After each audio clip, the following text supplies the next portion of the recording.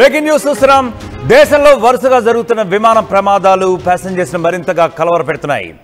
తాజాగా spice jet విమానానికి మరొక ముప్పు తప్పింది. ఆకాశంలో ఉండగా కిటికీ ఫ్రేమ్ ఊడిపోయింది. ఒక ప్రయాణికురాలు అక్కడ కూర్చుంది. దీంతో మరింత భయాందోళనకు గురైన పరిస్థితి అయితే అక్కడ ఉంది. గోవా నుంచి పుణే వెళ్తున్న స్పైస్ జెట్ విమానంలో ఈ ఘటన జరిగినట్లుగా తెలుస్తోంది. అయితే ఈ దెబ్బకి గందరగోళానికి గురైపోయారు అక్కడ ఉన్న ప్రయాణికులందరూ. ఒక్కసారిగా భయాందోళనకు గురయ్యారు. పుణే ఎయిర్పోర్ట్లో సురక్షితంగా మొత్తానికి విమానం అయితే ల్యాండింగ్ అయినట్లుగా తెలుస్తోంది. అయితే ప్రస్తుతానికైతే సోషల్ మీడియాలో ఈ వార్తలన్నీ కూడా బాగా వైరల్గా మారుతున్నాయి. ఈ ఘటన మరింత వైరల్గా మారుతున్న నేపథ్యం ఉంది. స్పైస్ జెట్ విమానంలో సాంకేతిక లోపం కారణంగా ప్రయాణికుల్లో మరింత ఆందోళన చెందే పరిస్థితులు అయితే నెలకొన్నాయి. ఈ ఘటన జూలై 1వ తేదీన గోవా నుంచి పుణేకు వెళ్తున్న నేపథ్యంలో స్పైస్ జెట్ విమానం దీనికి వచ్చిన నెంబరు SG1080లో కిటికీ ఫ్రేమ్ ఊడిపోయింది. అయితే ఒక ప్రయాణికురాలు దాని పక్కన ఎవరైతే కూర్చున్నారో ఆమె మరింత భయాందోళన చెందింది. వెంటనే అరవడం కొనసాగించింది. అయితే ఇది విమాన నిర్మాణంలో భాగం కాదని, ప్రయాణికుల భద్రతకు మాత్రం ఎలాంటి ముప్పు లేదని కూడా స్పైస్ జెట్ చెప్పుకొచ్చే ప్రయత్నం చేసింది.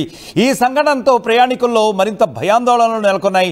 వెంటనే విమానంలో హడావిడి మొదలైంది. ఎందుకంటే ఇటీవల ఇలాంటి సాంకేతిక సమస్యలు అనేక విమానాల్లో తలెత్తుతున్నటువంటి పరిస్థితి అయితే ఉంది. ముఖ్యంగా అహ్మదాబాద్ విమాన ఘోర దుర్ఘటన తర్వాత విమానాల్లో ప్రయాణించాలంటేనే ప్రయాణికులు బెంబేలెత్తిపోయినటువంటి పరిస్థితి అయితే ఉంది. అయితే స్పైస్ జెట్ విమానాల్లో ఇటువంటి సాంకేతిక సమస్యలు తరచుగా జరుగుతున్నట్లుగా మనకు తెలుస్తోంది. జూలై 1వ తేదీన గోవా నుంచి పుణేకి వెళ్తున్న స్పైస్ జెట్ విమానం SG1080లో గాల్లో ప్రయాణిస్తున్న సమయంలో కిటికీ ఫ్రేమ్ ఊడిపోయింది. స్పైస్ జెట్ తెలిపిన వివరాల ప్రకారం ఇది Q400 మోడల్ విమానం అని చెప్పి వారు చెప్తున్నారు. ఇది మల్టీ లేయర్ విండోస్ కలిగి ఉంటుందట. అంటే ఇందులో బహుళ పొరల కిటికీలు అనేవి ఉంటాయి. ఈ ఘటనలో ఎవరికి ఎలాంటి హాని జరగలేదని, ప్రయాణికుల భద్రతకు ఎలాంటి ప్రమాదం లేదని కూడా స్పైస్ జెట్ ఇప్పుడు ఒక రకంగా వారు చేసిన మిస్టేక్ని వెనకేసుకొస్తుందా అంటే అవునని అనుకోవాలి. ఎందుకంటే ప్రయాణికుల భద్రతకు ఎలాంటి ముప్పు ఉండదు, కానీ వాళ్ళు మాత్రం మా ప్రయాణాల్లో ప్రయాణించవచ్చు, మరింత ఈ విధంగానే భయాందోళనలకు గురి కావచ్చు అని చెప్పుకొస్తుంది. ముఖ్యంగా చూసుకుంటే అంటే మీ విమానాల్లో ప్రయాణిస్తుంటే మాత్రం భయాందోళనలకు గురి కావాలా? ఒక రకంగా అనుకుందాం, అక్కడ ఎవరైనా హార్ట్ పేషెంట్లు ఉన్నారనుకోండి, ఎవరైనా బీపీ పేషెంట్లు ఉన్నారనుకోండి, ఎవరైనా సెన్సిటివ్ పేషెంట్లు ఉన్నారు, చిన్నపిల్లలు ఉంటారు, అనేక రకాల ప్రయాణికులు ఉంటారు. మరి ఎవరైనా హార్ట్ పేషెంట్లు, ఎవరైనా సెన్సిటివ్ వాళ్ళు ఉంటే ఒక్కొక్కసారి చిన్న చిన్న ఘటనలకే ప్రాణాలు పోయే సందర్భం కూడా ఉంటుంది. దానికి ఎవరు బాధ్యత వహిస్తారండి? అరే మొన్న గత నెలలోనే, ఇంకా నాట్ ఈవెన్ 1 మంత్, మొన్న కొంత సాంకేతిక లోపం అనుకోవచ్చు. దానికి కారణాలు ఇంకా పూర్తిగా రానప్పటికీ కూడా, ఇన్వెస్టిగేషన్ కొనసాగుతున్నప్పటికీ కూడా కొంత నిర్లక్ష్యం కారణంగా కానివ్వండి. ఎందుకంటే అంతకుముందే అహ్మదాబాద్ ప్లేన్ ఏదైతే ఘోర దుర్ఘటనకి గురైందో ఆ తర్వాత అంతకుముందే ప్రయాణికుడు కూడా హెచ్చరించాడు, ఇంకో ఇక్కడ జాగ్రత్తలు సరిగా లేవు, ప్రామాణికాల ప్రకారం లేవు, తగు జాగ్రత్తలు వీళ్ళు తీసుకోలేదు అని చెప్పి వీడియో తీసి మరీ వైరల్ చేశాడు. అయినప్పటికీ కూడా విమాన యాజమాన్య సంస్థలు అనేవి అసలు సరైన ఏర్పాట్లు చేస్తున్నాయా? అదొక గుణపాఠంగా నేర్చుకున్నాయా? 280కి పైగా ప్రాణాలు ఆ రోజు గాల్లో కోల్పోయిన పరిస్థితి అయితే ఉంది. వాటిని వెనక్కి తేగలమా? మరి అయినప్పటికీ కూడా ఈ స్పైస్ జెట్ అనుకోవచ్చు, ఎయిర్ ఇండియా అనుకోవచ్చు, ఇంకా వేరే వాళ్ళు ఎవరైనా సరే వీరు అసలు ఎందుకు మరింత జాగ్రత్తలు పాటించట్లేదు? ముందస్తు జాగ్రత్తలు ఎందుకు తీసుకోవట్లేదు? టేకాఫ్కు ముందే సరైనటువంటి సాంకేతిక పరీక్షలు ఎందుకు చేయట్లేదు అంటే ఈ రకమైనటువంటి ప్రశ్నలే ప్యాసింజర్స్ వర్గాలన్నింటిలో నుంచి కూడా వినిపిస్తున్నాయి. ఇవాళ రేపు విమాన ప్రయాణానికంటే ల్యాండ్ జర్నీనే మరింత మంచిదే అని చెప్పి కూడా వారందరూ కూడా అభిప్రాయాన్ని వెలిబుచ్చే పరిస్థితి అయితే ఉంది. ఇదిగో ముఖ్యంగా చూడండి, ఇన్ఫ్లైట్ విజువల్స్ అయితే మనం చూస్తున్నాం.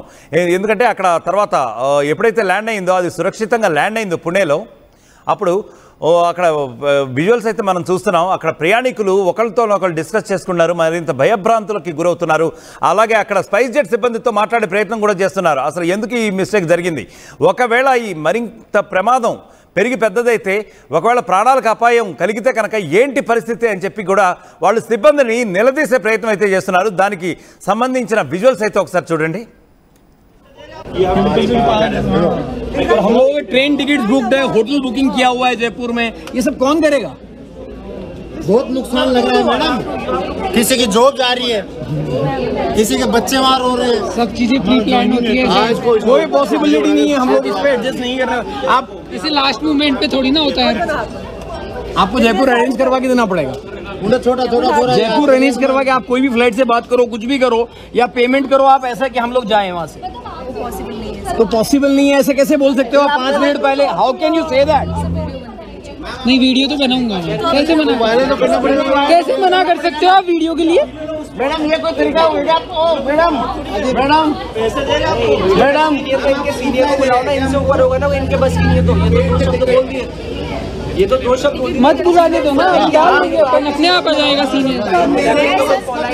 अरे मैडम आप मैं आज से यहाँ पे बैठा हूँ, क्या करूँगा मेरे को बताइए आप? जो भी पॉलिसी प्रोसीजर है मैं आपको एयरलाइन बंद कर दूँ मैम, उसके अलावा कोई चीज़ नहीं है। आप बोलेंगे दूसरे अलाउड नहीं है डिफेंस एयरपोर्ट, क्या नहीं है अलाउड, क्या अलाउड नहीं है? तो आप अरेंज करो ना, फ्लाइट अरेंज करो ना, क्या अलाउड नहीं है? ये जो कर रहा है अरेंज करो ना दूसरा फ्लाइट। क्या अलाउड नहीं है? आप कैंसिल कर दो वो फ्लाइट, वो अलाउड है?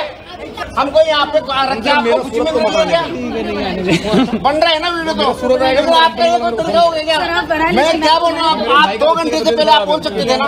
आप जब फ्लाइट जब टेक ऑफ करने के टाइम पे आप बोल रहे हो कैंसिल हो गई, ये कौन सा तरीका हो गया ये बताइए आप पहले। तो जब पता चलेगा तभी तो क्या पता चलेगा? फ्लाइट तो आप अरेंज करो ना, दूसरा फ्लाइट अरेंज कर दो या फुल रिफंड। రైట్, చాలా క్లియర్గా చూసాం అక్కడ విజువల్స్ కూడా. ఆ సిబ్బంది కూడా కొద్ది ఒకంత నిర్లక్ష్యంతోనే సమాధానం ఇస్తున్నట్టుగా కూడా కనిపిస్తుంది. ఎందుకంటే మీకేం కాలేదు కదండి అట, ఏంటి మీకేం కాలేదు కదండి? అరే మొన్నటికి మొన్న 280కి పైగా ప్రాణాలు గాల్లో కలిసిపోయినాయి, వాటిని ఏమైనా వెనక్కి తెస్తామా? లేదు. ఎయిర్ ఇండియా కొన్ని సంస్థల్లాగా ఇన్సూరెన్స్ ఇచ్చి చేతులు దులిపేసుకుంటామా? ఏంటండి అసలు ఆ సమాధానం ఏంటి, ఆ నిర్లక్ష్యం ఏంటి అసలు? అంటే ఏం కాలేదు కదా అంటే, ఒకవేళ అయ్యి ఉంటే అరే గాల్లో విమాన ప్రమాదం అది, కనీసం ఒక్క ప్రాణం అన్నా కూడా కనీసం బ్రతికే ఛాన్స్ ఉందా, తిరిగి వచ్చే ఛాన్స్ ఉందా? వీళ్ళు చాలా లైట్గా తీసుకున్నారని చెప్పి మొత్తానికైతే మనం ఈ విజువల్స్ చూస్తే తేటతెల్లం అవుతుంది. చాలా కన్ఫర్మ్గా కనపడుతుంది. ఎందుకంటే అవి మా పాలసీస్ ప్రొసీజర్స్ అట. ఏంటి మీ పాలసీస్? ఆ కిటికీలు ఊడగొట్టడమా? ప్రయాణికుల్ని మరింత భయభ్రాంతుల్లోకి నెట్టడమా? అక్కడ చిన్నపిల్లలు ఉంటారు, హార్ట్ పేషెంట్లు ఉంటారు, అనేక రకమైనటువంటి ఆరోగ్య సమస్యలు ఉన్న వాళ్ళు ఉంటారు. వాళ్ళందరికీ మీరేం సమాధానం చెప్తారు చెప్పండి. అరే ఒకతను గుండెకి చనిపోవచ్చు ఆ భయానికి. రకరకాల వాళ్ళు ఉంటారు. వీరందరికీ కూడా మీరు చెప్పే సమాధానం ఇదా? కరెక్ట్గా ఇవే ప్రశ్నలు అక్కడ ఉన్న కరెక్ట్గా విజువల్స్ చూస్తున్నాం మనం అక్కడ. వాళ్ళందరూ కూడా వాళ్ళతో అదే ఆర్గ్యుమెంట్ చేస్తున్నారు ఆ సిబ్బందితో. వాళ్ళు మాత్రం తమ సంస్థని మాత్రం వెనకేసుకొచ్చే ప్రయత్నం అయితే చేస్తున్నారు. మొత్తానికి దేశవ్యాప్తంగా ఈ వరుసగా విమాన సంఘటనలు అయితే జరుగుతున్నాయి. అది ప్రమాదాలు కావచ్చు, లేదంటే ప్రయాణికులు ఒకంత భయభ్రాంతులకు గురిచేసే ఇటువంటి సంఘటనలు కావచ్చు. వీటిని లైట్ తీసుకోవచ్చా? మీరే మీ కామెంట్స్ రూపంలో తెలియజేసే ప్రయత్నం అయితే చేయండి. ఎందుకంటే వరుసగా ఈ మధ్య చాలా రకంగా కలవరపెడుతున్న ఈ రకమైనటువంటి విమాన ప్రమాదాలు. అది ముఖ్యంగా చెప్పాలంటే విమాన యాజమాన్య సంస్థల నిర్లక్ష్యంగానే చాలామంది ప్యాసింజర్లు కూడా వాపోతున్నటువంటి పరిస్థితి అయితే ఉంది. మరి ఈ సంఘటనపై మీరేమంటారు? మీ కామెంట్స్ రూపంలో కూడా తెలియజేసే ప్రయత్నం చేయండి.